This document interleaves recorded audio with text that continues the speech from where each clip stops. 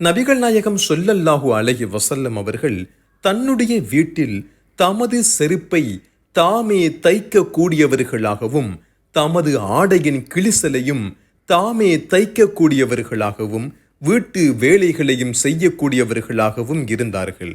தரையில் எதுவும் விரிக்காமல் அமர்வார்கள். தரையில் அமர்ந்து சாப்பிடுவார்கள். ஆட்டில் தாமே பால் கறப்பார்கள். அடிமைகள் அளிக்கும் விருந்தையும் ஏற்பார்கள்.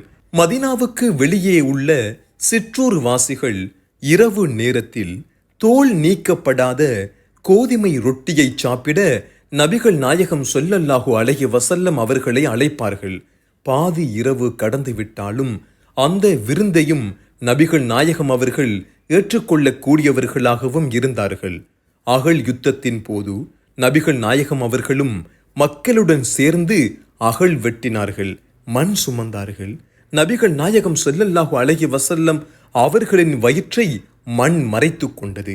நூல் புகாரி, இலக்கம் 2837.